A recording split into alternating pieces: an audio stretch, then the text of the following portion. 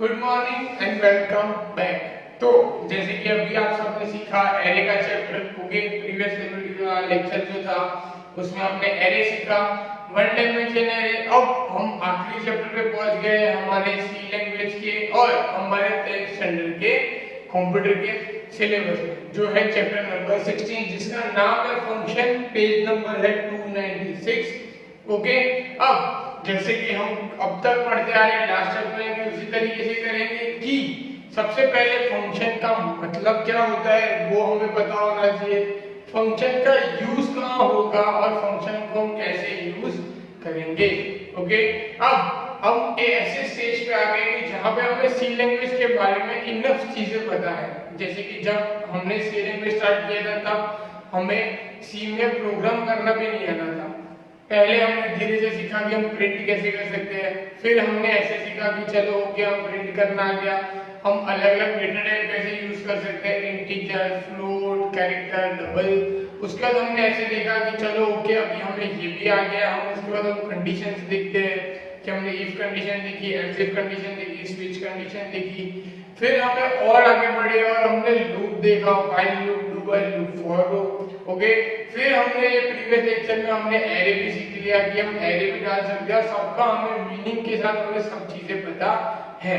Okay, मतलब हमारे पास अभी अगर मैं कहूँ कि हम आप सबने अगर जिन्होंने पूरे लेक्चर अटेंड किए होंगे, जो मैंने ऐसे होमवर्क दिया है, जिनके पास कंप्यूटर है, लैपटॉप है, उन्होंने एग्जैक्टली प्रैक्टिस की होगी, उन्हें सारी की सारी चीज आती होगी और 110% उन्हें बेनिफिट होने ही वाला है। कैसे? आगे के स्टैंडर्ड में, मतलब कि जब आप 10th के बाद 11th और 12th आओगे तब, क्योंकि यही चीजें आपको आगे 12th में भी आने वाली है। तो ये चीज अभी आएगी तो वहां पे भी आएगी। ओके, तो ये चीज हमें अब तक इनफ आ चुकी है।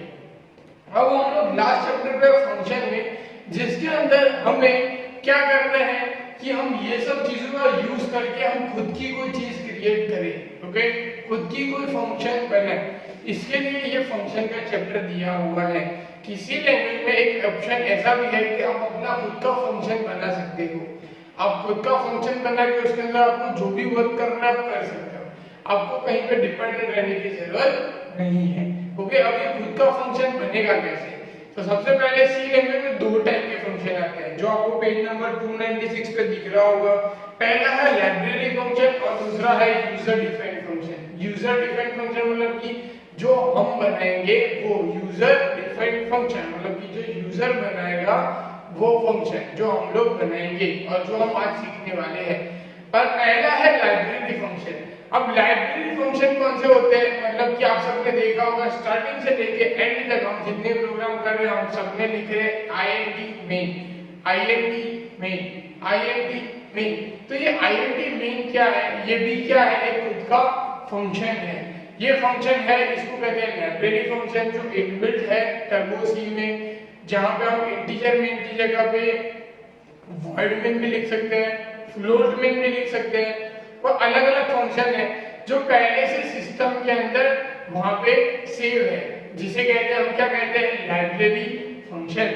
ओके, और उस लाइब्रेरी फंक्शन के बाद मतलब उसका यूज हमें करना ही करना है, पर उसके बाद सी में ऐसा एडवांटेज आया कि हम हमारे खुद के फंक्शन भी बना सकते हैं, जिसके अंदर हमें जो नाम देना है हम दे सकते हैं, हमें हमारे नाम से भी अगर कोई फंक्शन बनाना है तो हम बना सकते हैं।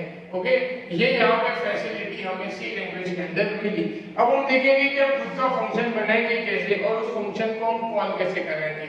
पर खुद का फंक्शन बनाने से पहले एक चीज आप सबको याद होनी चाहिए, जो इम्पोर्टेंट है वो ये है कि हमें इंटीजर मेन, मतलब कि जो मेन फंक्शन है वो तो लिखना ही पड़ेगा, उसके सिवाय चलेगा नहीं। ओके, उसके बाद हम हमारा फंक्शन लिख सकते हैं, बट इंटीजर मेन लिखना ऐसा नहीं होगा कि भाई मैं अपना फंक्शन बना रहा हूं तो मैं इंटीजर मेन ही नहीं लिखूंगा या वॉइड मेन ही नहीं लिखूंगा, मैं सीधा मेरे फंक्शन के नाम नहीं, ऐसा नहीं होता। आपको कंपलसरी इंटीजर मेन लिखना ही पड़ता है।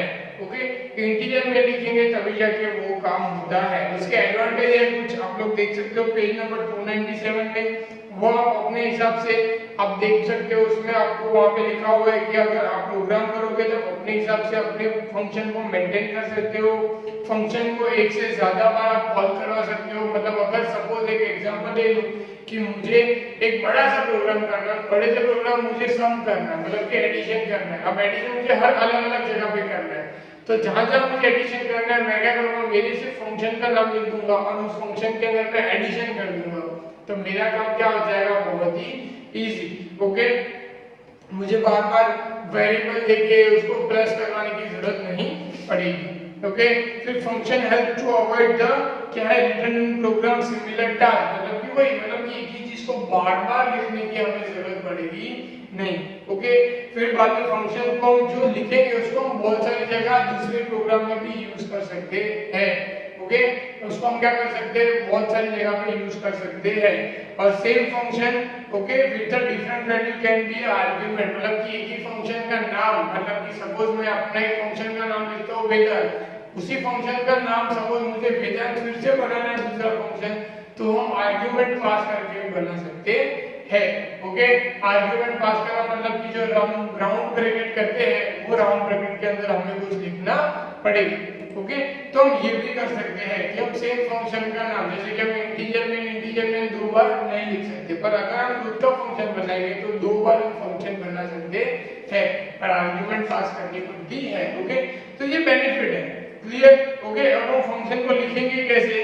ओके, और फंक्शन का प्रिंट देखो, वहां पे एक सिंपल सा एग्जांपल दिया है, हम वापस से जैसे एरिया मैंने कहा था वैसे कि हम सिंपल एग्जांपल नहीं करेंगे, थोड़ा सा अच्छा एग्जांपल करेंगे ताकि आपको अच्छे समझ में आए। तो जो पहला एग्जांपल किया वहां पे क्या किया कि प्रिंट लाइन, मतलब कि वहां पे लाइन को प्रिंट करवाने के लिए एक फंक्शन लिखा है, जहां पे लिखा है कि प्रिंट लाइन, आप लोग देख सकते हो वॉइड में लिखा है, फिर नीचे वॉइड प्रिंट लाइन करके जो फंक्शन खुद का बना है उसके अंदर मैसेज लिखा है कि भाई प्रिंट हो गई। ओके, अब मैंने प्रिंट लाइन लिखी है वहां पे एक बार मेरी फंक्शन, अब मुझे क्या करना है, जब भी मुझे वो लाइन, मतलब कि वो लाइन चाहिए, तो मैं क्या करूंगा, मेरे फंक्शन को कॉल, जो आप लोग ऊपर देख सकते हो प्रिंट अंडरस्कोर लाइन प्रिंट की, फिर मैसेज लिखा, फिर से प्रिंट अंडरस्कोर लाइन प्रिंट की, बाद में आप देखो नीचे आउटपुट में आपको दो बार वो लाइन दिख रही है, बीच में वेलकम दिख रहा होगा। मैंने लिखा कितनी बार, फंक्शन एक बार, बट मैं उसका यूज क्या कर सकता हूँ, बार बार उसका यूज कर सकता हूँ, जिसका बेस्ट एग्जांपल आपको यहाँ पे दिख रहा है। ओके, तो इस तरीके से हम फंक्शन का यूज करते हैं। हम जो करने वाले वो है एग्जाम्पल, उसके पीछे पेज नंबर 300, मतलब कि 300 पे जो प्रोग्राम है हम वो प्रोग्राम करेंगे जिसके अंदर एडिशन किया हुआ है 2 नंबर का, वो कैसे करते हैं और वो फंक्शन में कैसे होगा वो हम हमारे प्रोग्राम के अंदर ही देखेंगे।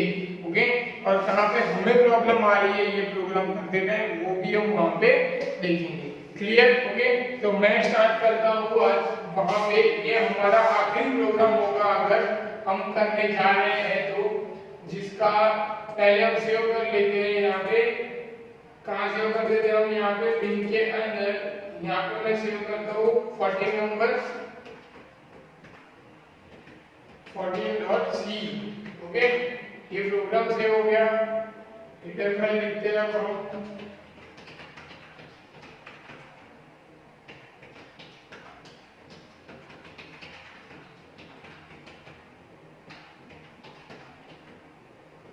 अब लिखा है यहाँ पे वर्ड में कि इंटीजर में दिया पहले इंटीजर ऐड, ये फंक्शन में बनाने वाला हूँ, फिर लिखा वर्ड में के बाद इसमें लिखेंगे CLR। अब यहाँ हम लिखेंगे इंटीजर टोटल। आप सब सोच रहे होंगे कि मैंने गेट से नहीं लिखा है, वो हम नहीं लिखेंगे, क्यों नहीं लिखेंगे वो भी मैं आप सबको बताऊंगा। ओके,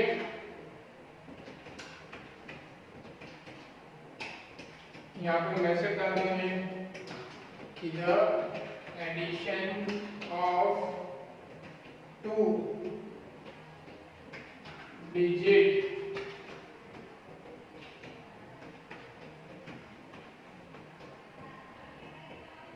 टू नंबर लिखा है यहाँ पे, ओके, 2 नंबर इज %3,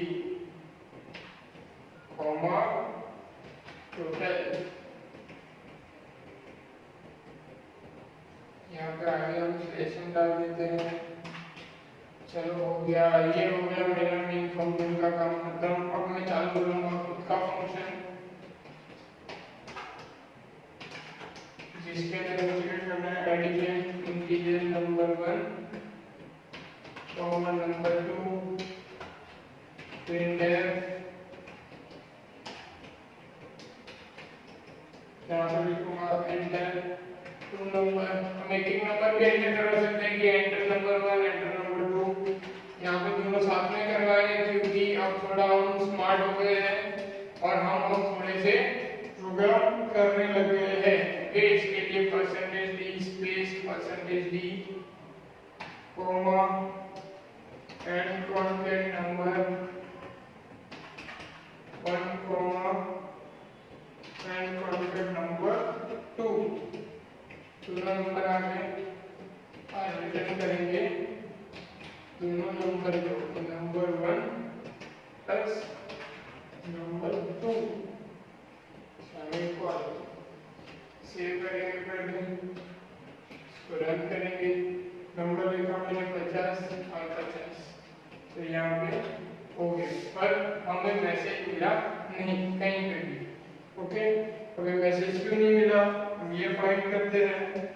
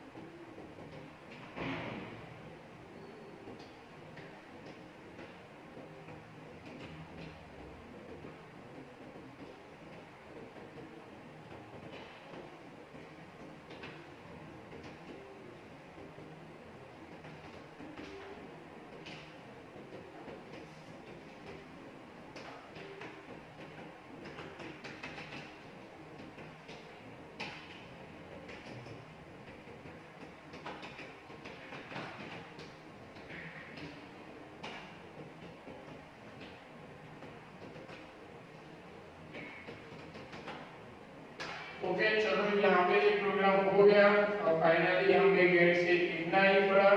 ओके, मैंने सोचा पूछे हुए नहीं है तो आपकी कंफ्यूजन ना हो, पर चलो ओके।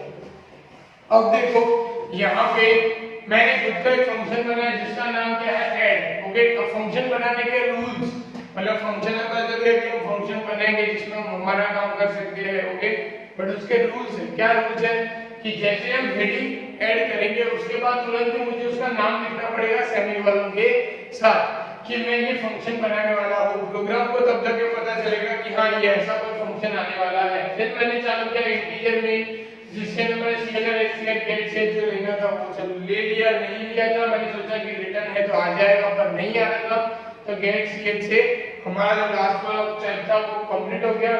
मैंने लिया यहाँ पे इंटीजर टोटल, कि टोटल के अंदर हमारा जो टोटल मार्क्स है वो वहाँ पे सेव हो गए।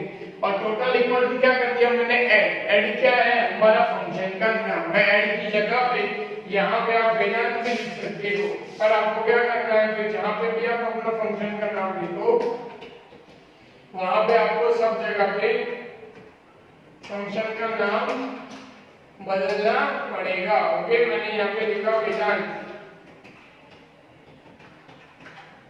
चलो समझ गए, तो मैंने सपोज यहाँ पे लिखा वेदांत। तो वेदांत के अंदर क्या हो रहा है, मैंने खुद का फंक्शन बनाया तो टोटल इक्वल टू वेदांत के, वेदांत के अंदर मेरा फंक्शन है।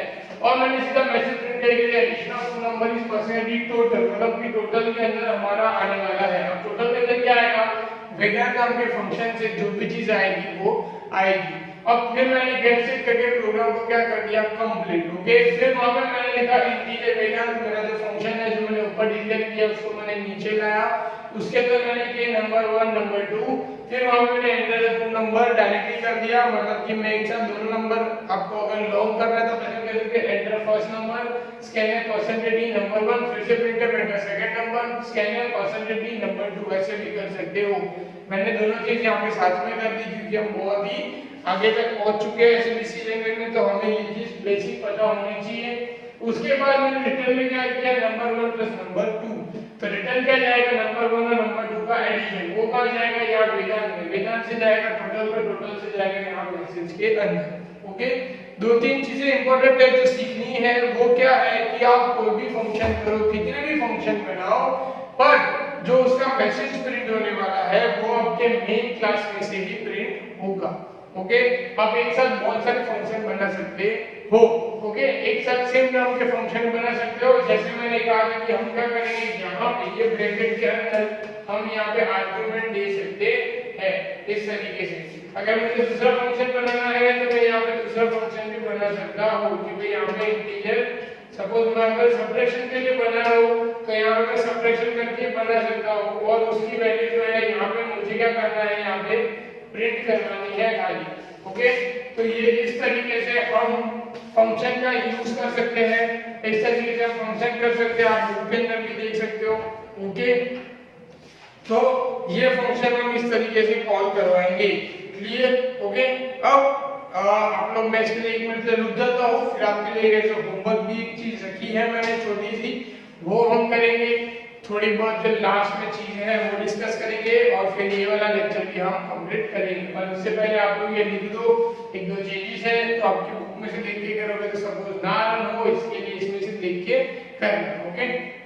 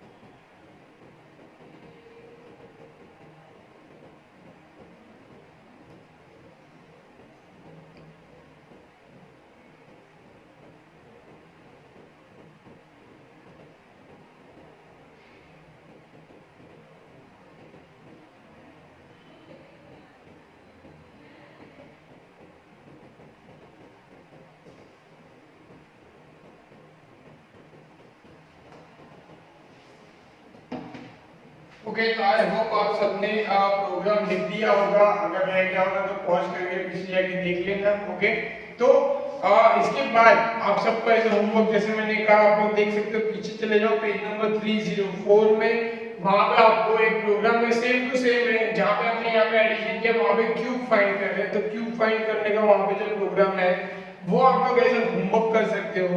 ओके, अगर किसी को वो नहीं करना है तो वहां पे आपको और एक एग्जांपल दिया हुआ है, ओके, जिसमें स्क्वायर रूट फाइंड कर रहे हैं। तो पेज नंबर 305 में स्क्वायर रूट वाला प्रोग्राम है, आप दोनों में से कोई भी एक कर सकते हो।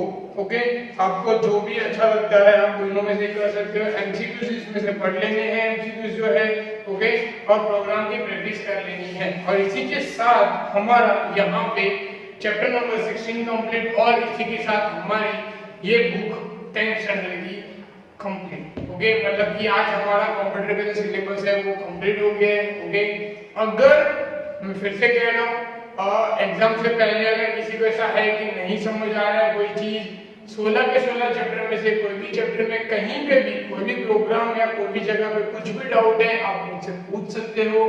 सेकंड चीज, थियरी एग्जाम में आपको बुक के अंदर से सिर्फ और सिर्फ एमसीक्यूज ही लर्न करने है। ओके, कोविड की वजह से हम लोग ज्यादा नहीं मिल पाए। ओके, और दूसरा क्या है कि हमारा बहुत सारा मिस भी हो गया, जैसे कि बहुत सारा टाइम हमारा पहले चला गया, हम प्रैक्टिकल सेशन में साथ में नहीं हो पाए। मैं यहाँ पे हूँ, आप लोग घर पे प्रैक्टिकल कर रहे हो कभी कभी। ओके, तो इसकी वजह से आपको इजी रहे, इसलिए मैंने क्या किया है कि दर्पण की बुक में से ऐसे एमसीक्यू पूछते हैं, बट मैंने सिर्फ और सिर्फ टेक्स्ट बुक में से ही एमसीक्यूज पूछे हैं।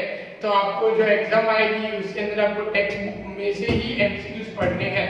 50 एमसीक्यूज आएंगे। ओके, और 50 के 50 एमसीक्यूज आपको वहां पे 100% देने हैं। क्लियर?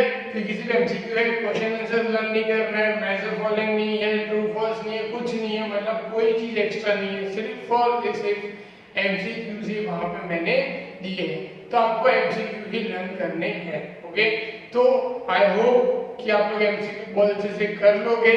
क्लियर? और अगर पढ़ रहे हो, कहीं भी प्रॉब्लम आ रही है, 100% आप मुझसे पूछ सकते हो। लास्ट में यही बोलूंगा कि ये जो हमने पढ़ा आज, मतलब कि हमने टर्बो सी पढ़ा है, हम बहुत टाइम से सी लैंग्वेज पढ़ते आ रहे हैं, जो सी लैंग्वेज हमने पढ़ा है और जो प्रॉपर मेरा लेक्चर अगर अटेंड कर रहा है तो ये चीज आपको आगे बहुत काम में आएगी। ऐसा मत करना कि ये चैप्टर खत्म हो गया, ये चीज भूल गए, हो जाता है कभी कभी थोड़ी बहुत चीजें भूल जाते हैं, बट सब चीज मत भूल जाना, क्योंकि 100% ये चीज आपको आगे काम में आएगी जब आप 11th और 12th में आओगे। 12th स्टैंडर्ड में जावा है, जावा के अंदर आपको सी लैंग्वेज के ही सारे कॉन्सेप्ट आते हैं। तो अगर आपको ये आता होगा तो 100% वहां पे आपको बहुत बेनिफिट होगा। क्लियर? तो मैं मेरी साइड से यही कहूंगा कि ये चीज जो सिखाई है भूलना मत, जब फ्री हो आफ्टर 10th भी इसकी प्रैक्टिस करते रहना। ओके, तो हम लोग मिलते हैं। Good bye. लास्ट टाइम कह रहा हूँ गुड बाय। ओके, अगर मिलते हैं, अगर कहीं भी कोई डाउट है 100% पूछना, कभी भी कोई हेल्प चाहिए कंप्यूटर रिलेटेड तो आप मुझसे पूछ सकते हो। ओके, गुड बाय, अपना ख्याल रखो और एग्जाम के लिए बेस्ट ऑफ लक।